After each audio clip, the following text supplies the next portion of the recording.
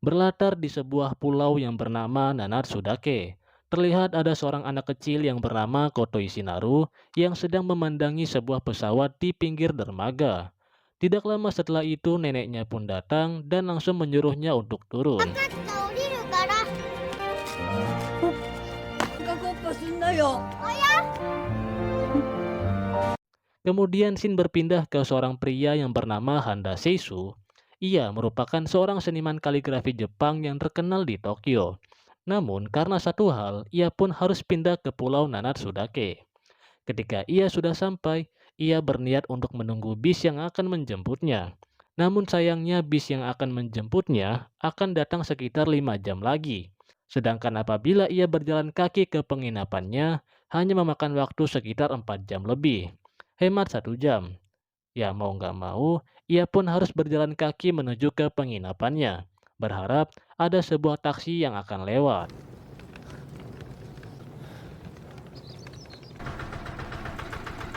Setelah setengah perjalanan, ia bertemu dengan warga di pulau itu dan menawarkan Handa tumpangan menggunakan traktornya. Karena di pulau itu memang sangatlah sedikit kendaraan yang lewat. Ya, karena nggak mau capek, Handa pun menerima tumpangan itu. 今日からじゃ遠かったらよかったね兄ちゃん。全く聞こえないんですけど。わからない。海。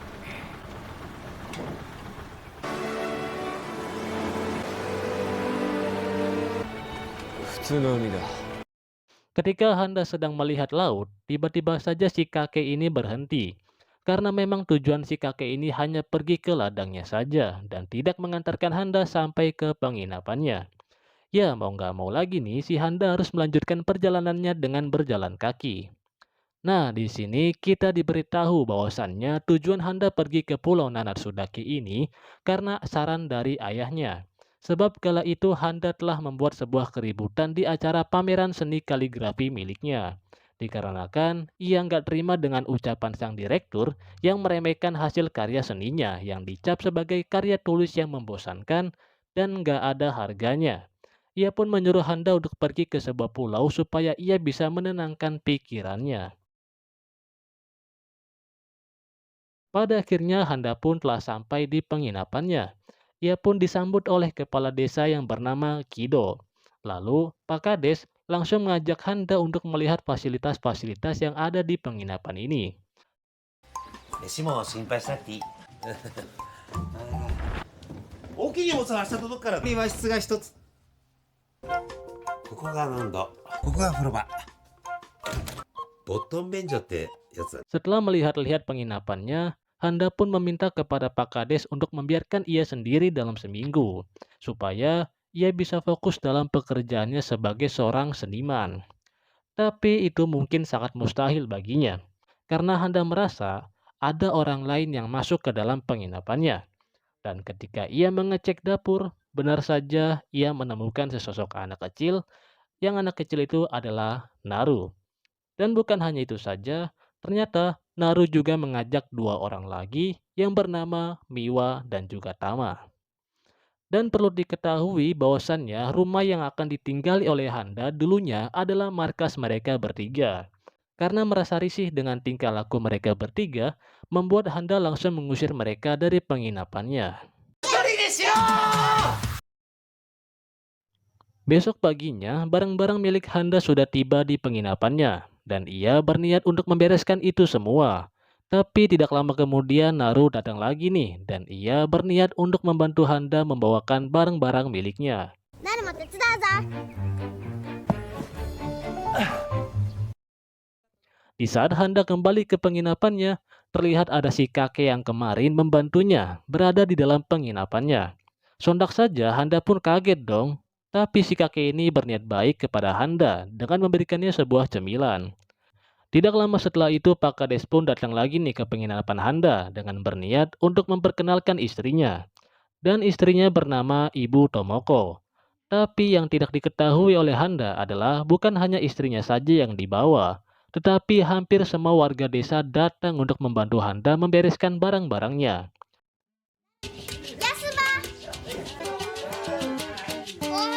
こんにちは。何かうん見てちゃいちゃう。男じゃん。健太、こっちだね。こっちの箱勝手に開くぞ。ああ、それはちょっと。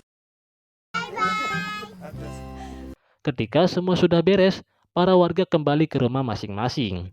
Begitu juga dengan Handa. Karena merasa capek, Handa pun berniat untuk beristirahat sambil memakan cemilan yang diberikan oleh si kakek tadi.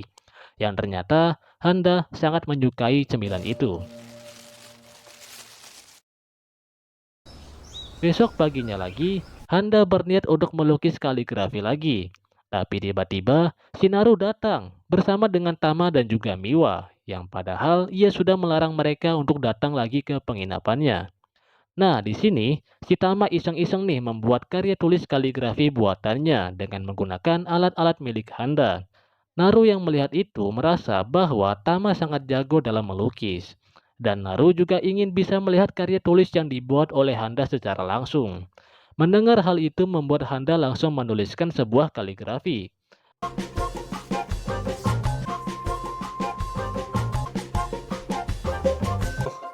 これが本物だ。 Melihat karya tulis yang dibuat oleh Handa, mereka berniat menggunakan karyanya untuk menyelesaikan tugas musim panas mereka. Dan berharap Handa bisa mengajarkan kepada mereka.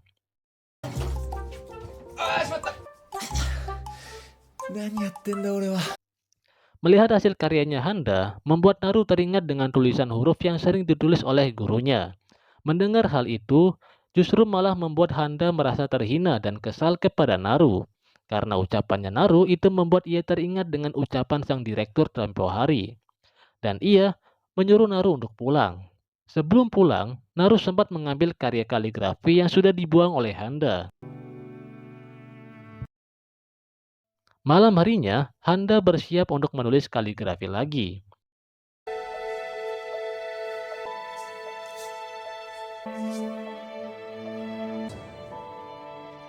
Ude no chikaraを抜いて。な。あれ、自分の大きな賞も取れたのに何が足りない。 Pagi hari pun tiba. Kita diperlihatkan dengan seorang pemuda yang bernama Kido Hiroshi. Ia adalah anak dari Pak Kades. Nampak ia sedang membaca sebuah komik. Tapi tidak lama setelah itu, sang ibu pun menyuruhnya untuk membawakan sebuah makanan untuk Handa. 行ってきます。コバさん用にね。ミスター平凡ってなんだよ。 Ketika sudah sampai di kediamannya Handa, Hiroshi mencoba memanggilnya, tetapi tidak ada jawaban dari dalam. Namun tiba-tiba Handa membuka pintu dan langsung ambruk di hadapan Hiroshi. Karena kebetulan ada Shinaru, mereka berdua pun langsung membawa Handa ke klinik terdekat. Setelah diperiksa, ternyata Handa mengalami kecapean karena ia bergadang demi bisa menulis kaligrafi yang sangat bagus. Dan ketika ia tersadar, Handa pun langsung dijenguk oleh kepala desa dan yang lainnya juga. Melihat kedatangan mereka membuat Handa nggak enak nih karena telah merepotkan mereka. Tetapi mereka nggak keberatan dengan hal itu. Dikarenakan si Handa harus dirawat inap dan nggak enak kalau berisik di ruang pasien, mereka semua memutuskan untuk pamit. Sedangkan Handa akan terus dijaga oleh suster yang bernama Iku. 行こうか。すいません。いい。お前も帰れ。 Ketika malam tiba, terlihat Handa ingin pulang ke penginapannya lagi karena ia harus menulis kaligrafi lagi. Namun dilarang oleh Iku karena kondisinya masih belum membaik. Tetapi Handa tetap kekeh ingin pulang karena jika ia menulis kaligrafi, ia merasa jauh lebih baik. Namun Iku tetap menyuruh Handa untuk beristirahat malam ini. Pagi hari pun tiba. Ketika Iku ingin mengecek kondisi Handa, ternyata Handa sudah tidak berada di kamarnya dan Handa pun pergi menuju ke pinggir laut. Dan di sana ia menelpon rekannya yang bernama Kawafuji untuk mengetahui kondisi kantornya. Dan Handa juga ingin mengabarkan kalau ia nggak akan lama tinggal di pulau ini. Tetapi Kawafuji mengatakan kalau ia ingin kembali lebih cepat, Handa harus meminta maaf terlebih dahulu kepada sang direktur karena ia telah mencoreng nama baiknya. Mendengar hal itu, sebenarnya Handa tidak ingin meminta maaf kepada sang direktur, karena ia nggak terima dengan ucapan sang direktur tempo hari.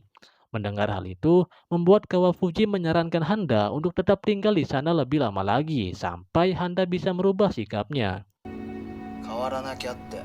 もう少し島でゆっくりしてこい。Ketika Handa hendak pergi, ia dikejutkan dengan kemunculan Naru. Tujuan Naru datang kepadanya hanya untuk meminta maaf kepada Handa, karena perkataannya tempo hari yang menyakiti hati Handa. Dan ia juga sudah membuat salinan karya tulis Handa yang kala itu sudah diremuk olehnya. Melihat hal itu, membuat Handa merasa bersalah kepada Naru. Dan Handa pun juga meminta maaf kepada Naru karena perkataannya tempo hari. ごめん。なんでもない。 Setelah itu, Naru mengajak Handa pergi ke pinggir dermaga supaya mereka bisa menyaksikan sunset yang indah. 先生も早く来い。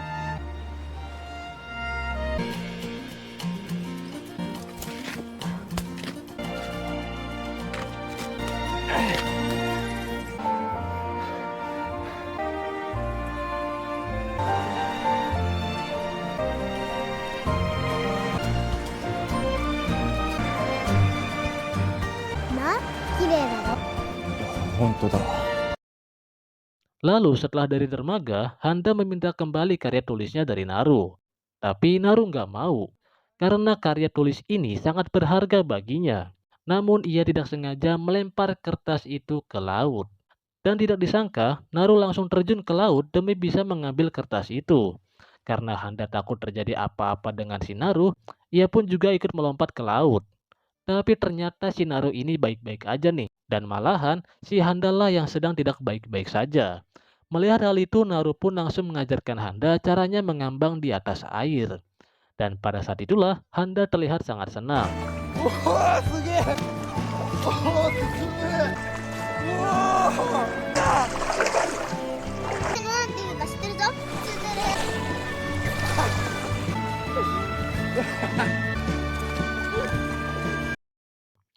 Malam harinya, Handa kembali berlatih untuk membuat karya tulis kaligrafi lagi.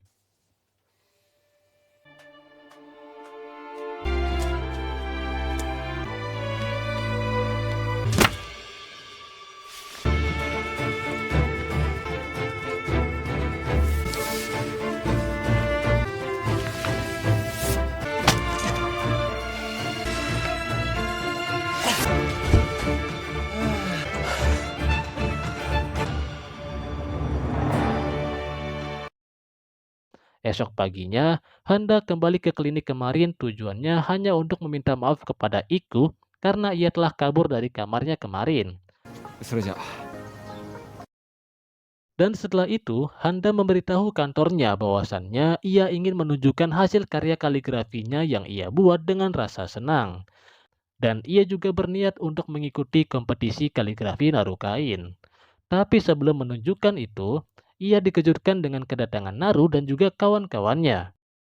Melihat kedatangan mereka, membuat Handa bergegas untuk mengunci seluruh akses masuk ke penginapannya.